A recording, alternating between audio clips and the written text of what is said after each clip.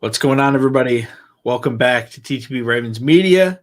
It's time for the Ravens Colts post game or reaction stream. Obviously, the game was yesterday. When the Ravens have these, 1 o'clock games, we're doing these post game streams before Monday Night Football. Just gives us a chance to kind of talk about the whole week.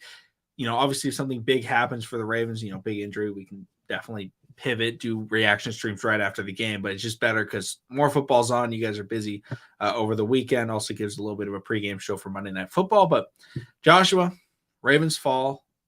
They lose to the Colts. Yeah. Brutal loss. Absolutely brutal loss. Not the way you want to lose. But what were your thoughts on that game?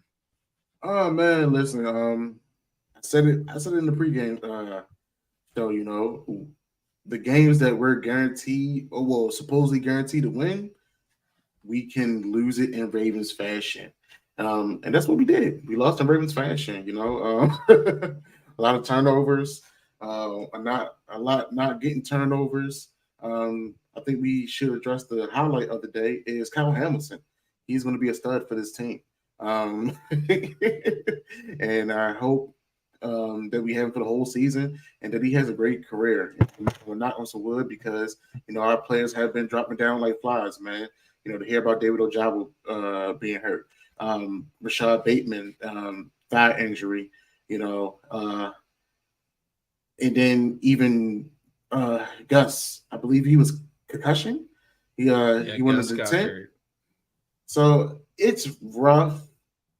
It's rough seeing the guys just drop like that. Tyler Wallace placed on the IR. I did hear about that. Only thing I could say is I'd rather the injuries happen early in the season, and hopefully we can get a lot of our guys back, towards the middle, towards that time that we really need that push to make it to a playoff run.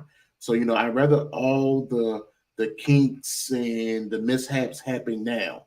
So when it's time to really start rolling, you can't tell the Ravens nothing when they finally get it all together. We've seen it happen so many times. So it was okay. It's okay. We got the Browns this upcoming week, and we're gonna move on. We're gonna keep rolling. Yeah, and the frustrating thing is in the pregame show, I said if the Ravens are going to win this game, they're going to have to win ugly. There's going to be fumbles. There's going to be missed kicks. Don't be surprised about that. You have to bounce back. And the Ravens just couldn't bounce back. They started off the game. They looked amazing. They drive down. They score points. It's like, there we go. Next drive, they're looking really good. And then fumble. And they just did not bounce back after that fumble. They couldn't bounce back. They got some more points after that fumble from Kenyon Drake. But it's just like when you have a big play like that, and you have a veteran running back running down the field, and he's just loosely carrying it on the side, and he gets stripped from behind. You deserve I that. think this game showed not that we missed Gus, not that we missed JK. I think we missed Justice Hill. I think we missed that speed because there were so many plays I felt like where it's checkdowns to Melvin Gordon, checkdowns to Kenny Drake. And it's like, dude, they get caught with the shoelaces. And you're like, dude, if we had a running back that had any speed, we're getting first downs, we're getting into field goal range. Towards the end of the game, it was like there was a check down to Melvin Gordon, and he gets caught in the shoelaces, and all of a sudden it's like, oh, no, we're still not able to ice it. But instead, we get caught, and it's like, oh, darn. If we have Justice Hill, that's 25-yard gain instead of 12. This game, it's just brutal from the fact that you're like, okay, what are we going to see from you now, Ravens? We're missing a lot of pieces. How did these other guys step up? And yeah, I'm not trying to disrespect Bateman. I felt like he wasn't, prevalent, but also the Ravens weren't throwing. Like the Ravens didn't throw the ball in the second quarter. Or maybe they threw it once or twice. There were a couple of sacks, some fumbles, but it was just like turnover. And then after that, it was like third down. Lamar's going to pass. Obvious pass situation. I want to say it was 36, 37. Ball snapped through Lamar's legs. Sack. Possession ends. And you're like, we never got to even see Rashad Bateman. So I'm not going to go after him. People were trying to clown on him on Twitter. I felt like he was fine. He got open at points. He wasn't targeted as much. Zay Flowers is clearly the focus of this Ravens offensive passing game, but the offensive line looked atrocious against a good defensive line. You have to give them credit, but like we just couldn't do anything. And Lamar hits Duvernay deep across the middle. Duvernay drops it, and it's like, dude, what are we do? Like, and then Isaiah Likely drops the ball. We get the fumble, he was wide open. The face mask on Zay Flowers that doesn't get called. And I'm not going to put this game on the refs. Obviously, you never want to be in. We shouldn't have been in that situation in the first place. So I'm not trying to blame refs for anything, but that call gets missed, and that call was huge because it would have been offsetting penalties. Replay the down. Instead, it stops the clock with minute 40, rather than being able to run another play, potentially get a first down, or run it down to a minute left in the game. Instead, it's minute 40. And then in obviously overtime, the missed pass interference. He grabs him on the hip. That is the most consistently called penalty in the NFL. Is when the defender grabs the outside hip and turns. That has been the most consistent over the last 5-6 years. That is the most consistent call you can always rely on. If you turn that guy's hips, they call it every time, and they didn't call it.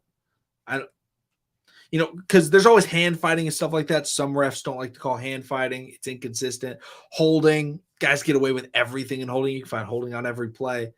But the pass interference has always been pretty solid when it comes to turning the hips, and they just didn't call it. They haven't given an explanation yet, so we're going to find out. But, just overall, it's just poorly managed. They add time onto the clock. Harbaugh doesn't call timeout to get to Zay Flowers. Hey, we're not calling a fair catch here, because the team decided in the huddle, because when they huddled up, there was a minute 58 on the clock. So they're 2-minute warnings passed. All right, fair catch it if it goes to you.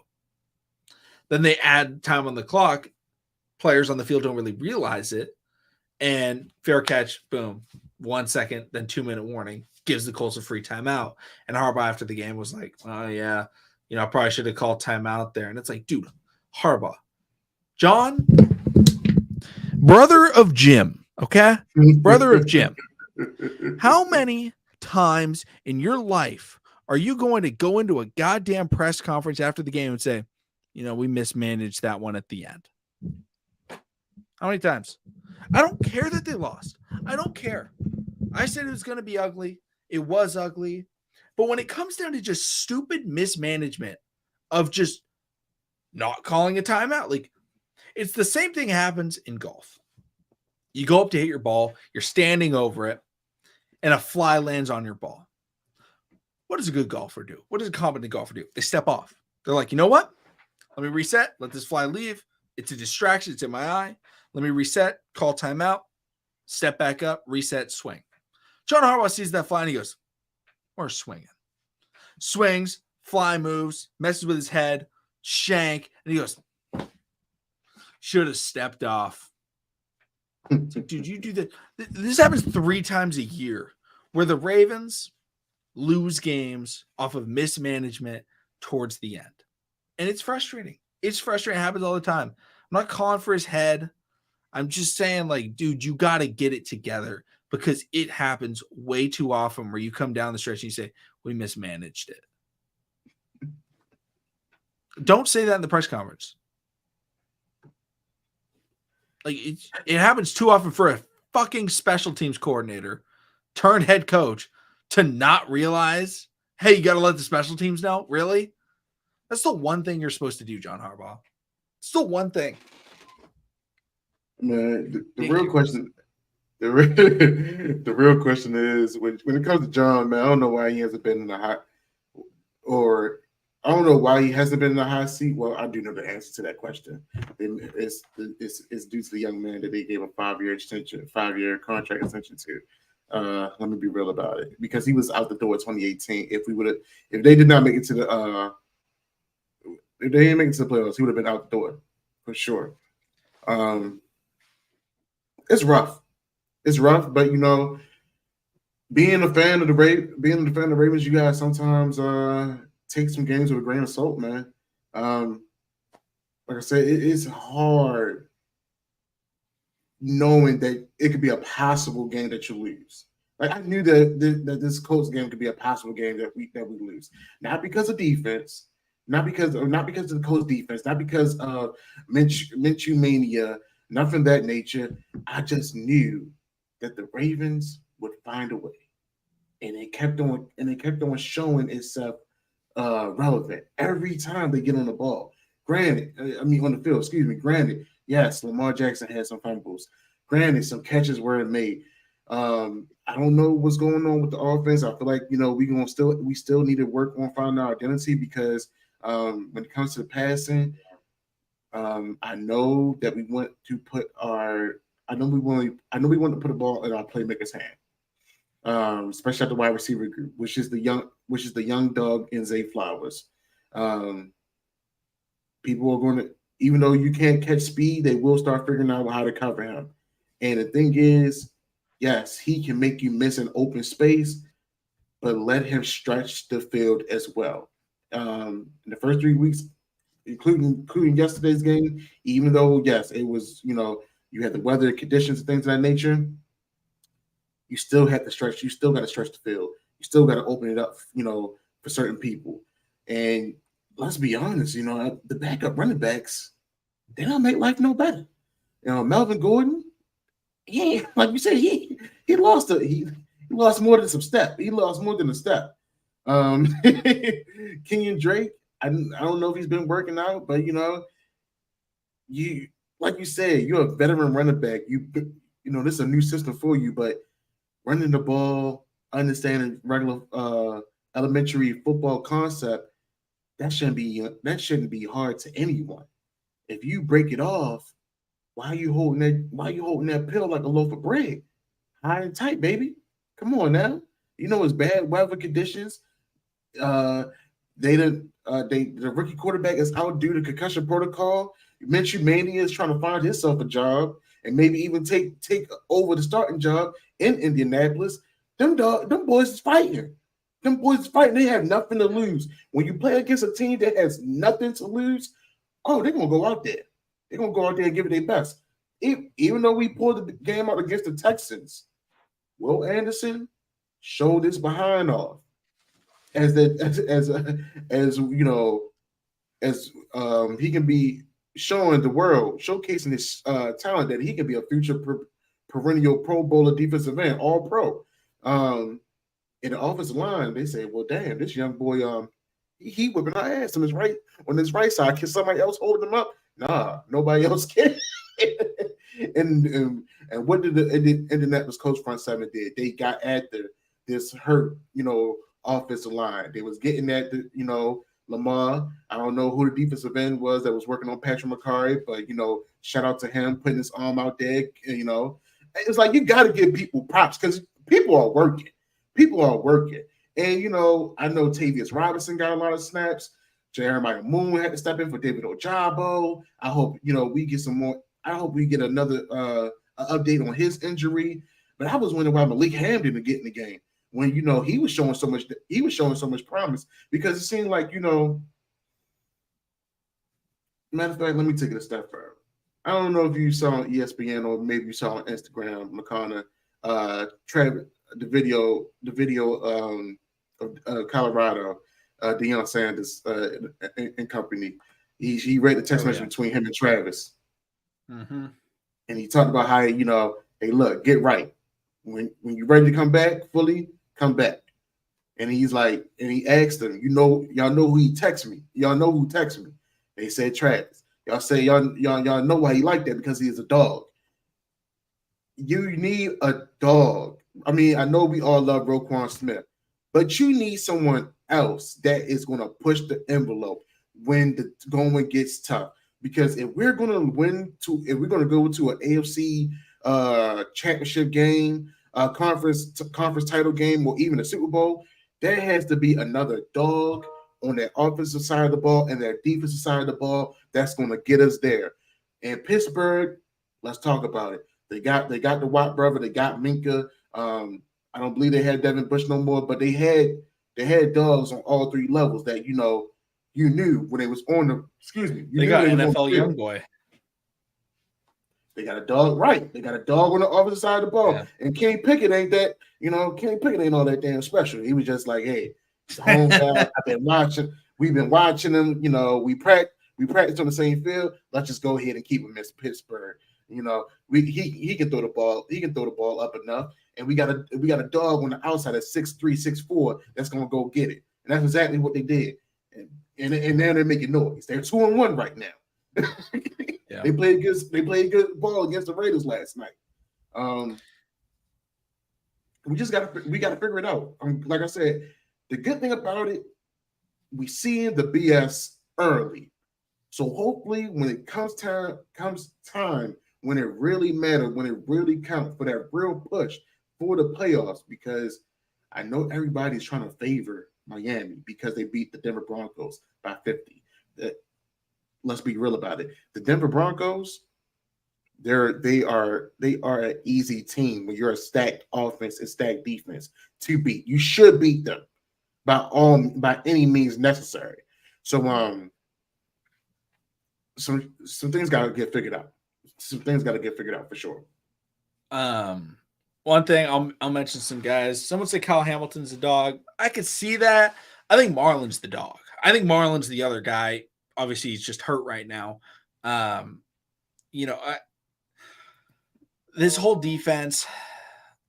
The thing is, this Ravens defense has allowed, I believe, 2 touchdowns this season. Yeah. Through 3 weeks, they've allowed 2 touchdowns. There was a special teams touchdown in the Bengals game. No. They've allowed 3. T. Higgins had 2 touchdowns. They've allowed 3 touchdowns. 3 touchdowns through 3 weeks. Defense is playing good. They're allowing field goals. Why? Because the Ravens are turning the ball over. When you have fumbles, you're giving up bad field position, and that's the one thing Lamar Jackson I think needs to work on. Is ball security. Now, not every fumble is Lamar Jackson's fault. Sometimes quarterbacks are going for a throw and they get hit. There was a play where they tried to. I hate the announcer that was announcing the game. I don't know her name. She's super annoying. But they were blaming Lamar for a play where Lamar got hit in the blind side 2 seconds after snap on a 3rd down and fumbles the ball. And they're like, Lamar, you gotta be able to get that ball out faster and stuff like that. It's like, dude, one, he didn't see him. It's called the blind side for a reason. Didn't see it, instant pressure, and gets hit from behind. And they're like, yeah, that's on Lamar right there. It's like, this is not a left tackle. Like, obviously, yeah, you can avoid it and whatever. You can make a great play, but Lamar Jackson played his tail off. I'm not upset at his performance whatsoever. I felt like the offensive game plan, I felt like the offensive play calling was fine. I think the execution was poor. Like, the Ravens had multiple fumbles. I mean, you look at that first drive, that's exactly what they wanted to do. And then Gus got hurt. And I was like, okay, we can still kind of do what we wanted to do. And then it was drop, fumble, sack, miss snap. And you're like, oh man, the offense looked bad. And it was like, I think it was execution. Honestly, I was fine with the game plan. I was fine with the play calling. The 4th down call to Zay Flowers, I was fine with it. Boom, hit him over the middle. They end up, PI, uncalled, whatever. That Isaiah Likely play, good throw, good route. He's open, good design, drop. That's, I saw somebody tweet this out and they said, man, it sucks what happened with this play. I can't remember who it was. I wish I saved the tweet because I would have given them credit. But where basically it was like, Isaiah Likely, it sucks that he dropped this pass, obviously for him, for the Ravens. But Lamar Jackson would be looked at as so clutch because the Ravens would have been able to get that first down and win that game. And people would have been talking about how Lamar struggled early on, but man, he was clutch down the stretch. Which has been his entire career. When he's had bad games, when he's had those turnovers, how many times have we seen where Lamar Jackson struggles in the first half? Maybe he has a turnover, a pick, or a fumble.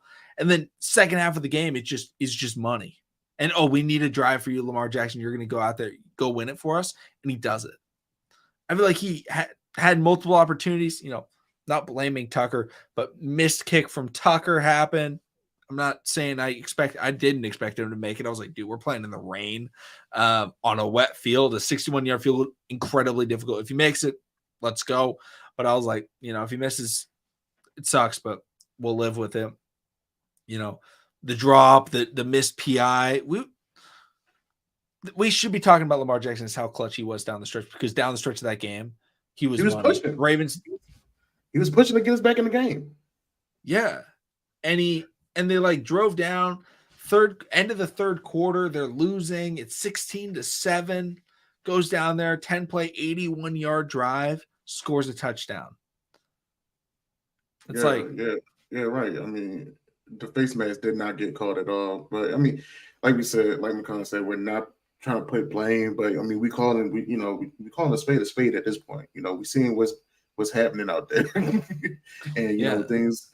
We do understand that this is the game of football. Games, some things they're gonna let rock. Some things, I feel like some things that should be seen through. That face mask call should have been called. And those fumbles, by Lamar, honestly, like you said, it was due to lack of pressure. Just snap. It's not what I can see if it. And I think, is it too early to say right now that he's trying to, or the offense that's being created is forcing him to be this pocket passer? When he's more mobile as a passer, it seems like he has more time because he creates the more time. But these past 3 games, with him dropping back, I think it's more the offensive line, because everybody's going to try to create the narrative like, oh, he's trying to become this pocket passer. Well, you do have to drop back to pass the ball. You don't always have to run out the pocket to pass the ball. You have your offensive line has your 5 guys is supposed to protect you, and they ain't been doing that. We like to do a haul. And he had 2 of maybe the best escapes we'll see all year of sack attempts. Grabbed by 2 guys, spins out of one, and then another one guy comes off the edge like untouched, and he like spins out of it, gets a first down. It's like, okay, this is Lamar Jackson right here. Lamar looked really good. Obviously, the fumbles that sucked, but it happens. We said it was going to be sloppy. The weather was not great. Again, we're not making excuses. We're calling it how it is. Overall, like someone brought up, like someone pulling on Lamar's leg. Yeah, that sucked. We don't have Matt Skura anymore to go over there and take the guy's head off, but or Ryan Jensen, or I mean, honestly, I feel like Tyler Linderbaum would have gotten involved. I don't know. I feel like he would have gotten involved. Probably. But we didn't have him. It's just a situation where it's like, hey, I think I like what the offense has done. I like how they're calling plays.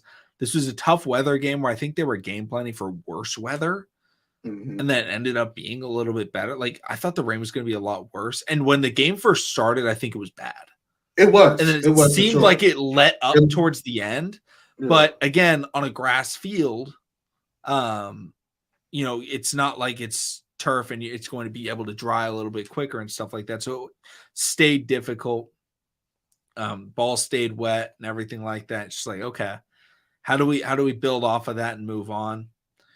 The main reason why I'm upset, right, is we're going into that game, we're undefeated. Do we expect to go undefeated in the season? No. But when you see teams like the Chiefs drop week 1 against the Lions, the Bills drop week 1 against the Jets, the Bengals are 0-2.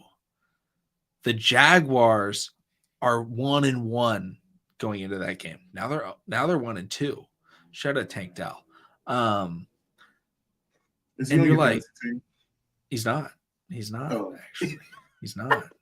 People keep coming back to the video where I said he wouldn't be a second-round pick, and he's a really intriguing player, but I don't know if he has the speed. People are like, man, how are you feeling like now? I'm like, dude, he wasn't a second-round pick. The video was right. Everyone's coming after me. And I'm like, guys, I have no problem with him. I said, he's not a second-round pick. Was drafted in the 3rd round. Whatever. But when you have those guys dropping games, you're like, it feels like the games where you need to win those other games to stay ahead. And they didn't stay ahead.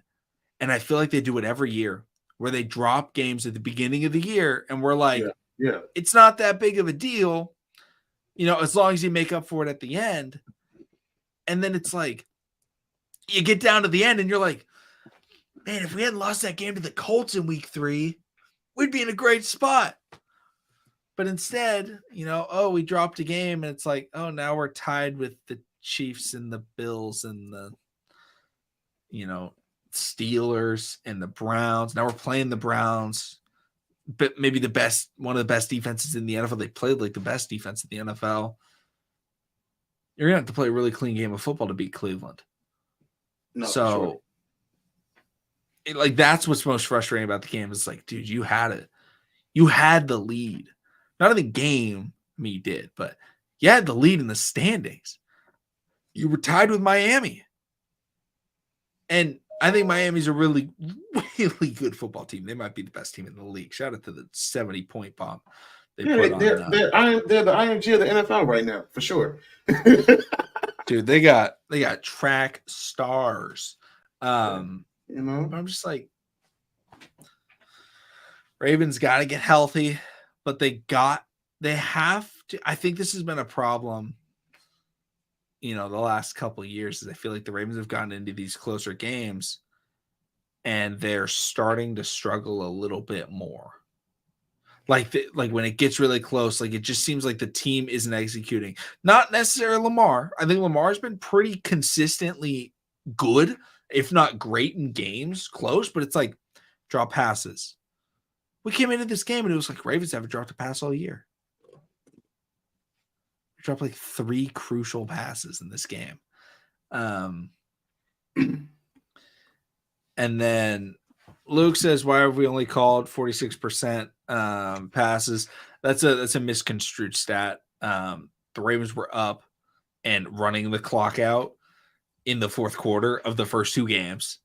They weren't passing the ball because they're putting it away, which they did very well. And then in this game, bad weather, so they were going to run the ball. And also Lamar was taking a lot of sacks. And every time Lamar Jackson runs, it doesn't count as a passing play. So every time he scrambles, it's not counted as a pass play called. It's counted as a run.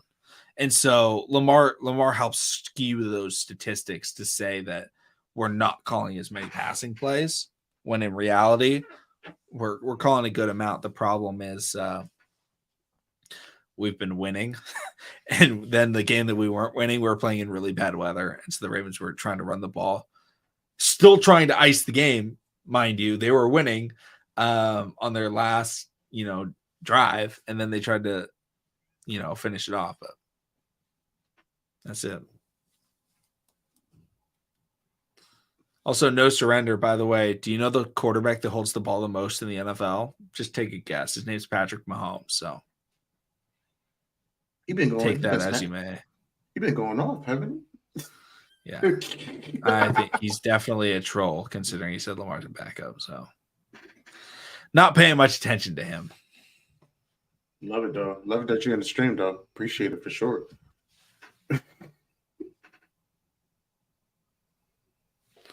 But yeah, I mean, like, looking at this game, Josh, tonight's games, are you paying attention to one of these? We've got Buccaneers, Eagles, Baker, the Bakester, with Mike Evans and Baker Brady, what they call him. Dude, Baker Brady, I like it. Mike Evans versus Darius Slay, and then obviously the final game. A lot of fantasy implications for me tonight. Bengals, Rams money line. Also, everybody that did not believe me gets to watch tonight and watch Puka Nacua. All right? Just watch him. Just watch Puka Nacua. All right? I talked about him every day this offseason. I talked about Puka Nacua. The funny thing is, I actually like the Eagles. I wouldn't count out the Tampa Bay. Tampa Bay's playing good ball. And think about Tom Brady. Think about Baker Mayfield is not many are expecting a lot out of him, and I think he's playing more. At ease. So when nobody expects nothing out of you, I think when the expectation is not high on you, I think you play better. You just do better in life. You do better in life because you ain't got to worry about that. Some people crack under the pressure, and I think that's what happened to Baker Mayfield early in his NFL career. And now he doesn't have to worry about that pressure. He can just go out there, and do what he does. win some And games. name a more dangerous player than Baker Mayfield counted out in a primetime game. Like, didn't he win a game last year for the Rams in primetime? Like, he went came in crazy. and it was like, Baker, what the heck? And he was like, money. Who did they beat? Oh, no. He went crazy for the Browns, too, one time. It was a primetime game. Baker Mayfield Rams debut. Let's see here. Yeah, he showed up there. He had 48 hours to learn the offense. And he learns the offense. He starts. Who did they play? Come on, ESPN article. Inside the first 48 hours. I hate ESPN. Guys, ESPN's so dry. All I see is advertisements and it won't say who they played. Like, what is this?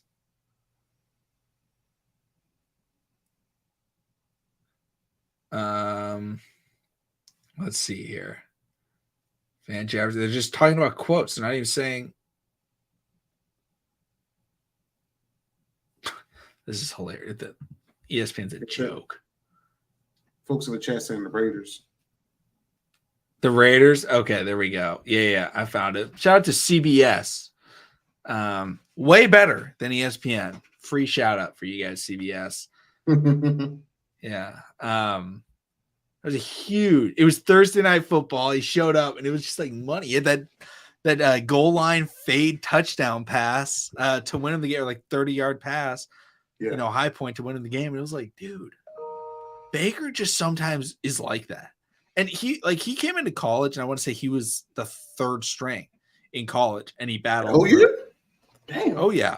He was not seen as like this guy that was just like, oh, he's just going to be some crazy good quarterback. It was like, no, he battled through, became the starter, gets to the NFL, wasn't the starter day one as the number one pick, comes in for Tyrod, and then broke the passing touchdown record. Yeah, he went crazy. I think he broke a record. I don't know if it was passing touchdown or not. I think it was passing touchdown. Breaks the passing touchdown record, missing the first few weeks because of Tyrod. It was like, takes the Browns to the playoffs. Guys, Baker is way overhated. All right. Baker Mayfield is the only quarterback to win the Browns a playoff game in like 40 years. And he did it 4 years after he was drafted. Like, it's not like Baker did it and it took him 9 years. It was like, dude, they got Baker and it was like, they just turned around the franchise. Do you know how many quarterbacks they drafted trying to turn them around? They drafted 12. And then Baker comes in, they do it, and then they got rid of him. And it was like, what? What are you doing? Yeah, it was a hell of an experience for real. And now he's 2-0. He better be 3-0. I'm rooting for the Bucs tonight, by the way. I don't like the Eagles, and I'm facing a lot of Eagles in fantasy. And I got Mike Evans in fantasy, so I'm all in on Tampa Bay tonight. Let's go, Bucs. You know what? I mean, it makes perfect sense, honestly. To root for the Bucs, man. It just Eagles fans are they're like Giants and Jets fans. They a lot of them be stuck in nostalgia. Only thing about the Eagles, they are actually making things happen in the present. I don't think he's making a mistake because being 0-3 would be very, very difficult. If they were 1-1, I'd be like, okay, he can sit out. If they're 2-0, definitely you can sit out. But being 0-2 in a game where the Rams are a good football team, the Rams are a really solid football team. They're very well coached, and they have a very solid offense. This is a tough game. Do you think Joe Burrow with half the leg makes a difference though? I think Joe Burrow with half a leg makes a difference over Trevor Siemian or whoever their backup is. Oh man, because he did. I think he would play with half a leg against us. And well, it's the Ravens. So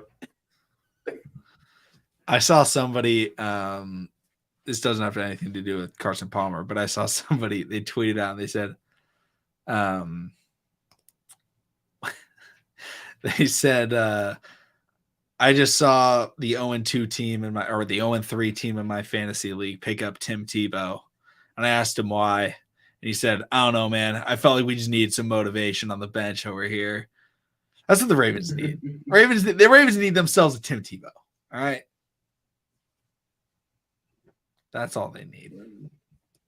No, we need to go ahead and make a move for Jameis at this point. We need that motivation for sure. We need that motivation. Maybe we need Jameis. Hey, Mr. 30 for 30 is so, crab finger looking man. Come on now. Can't go Crab wrong. leg king. You know? Can't go wrong at Oh all. yeah.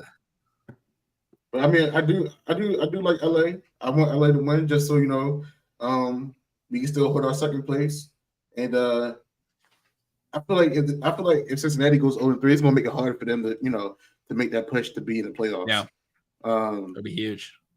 I'd rather face a Browns or Steelers. Not saying they're easier matchup, but I like my chances against them if I had to play against one of them, in the first round in the playoffs, versus playing against a more high power offense.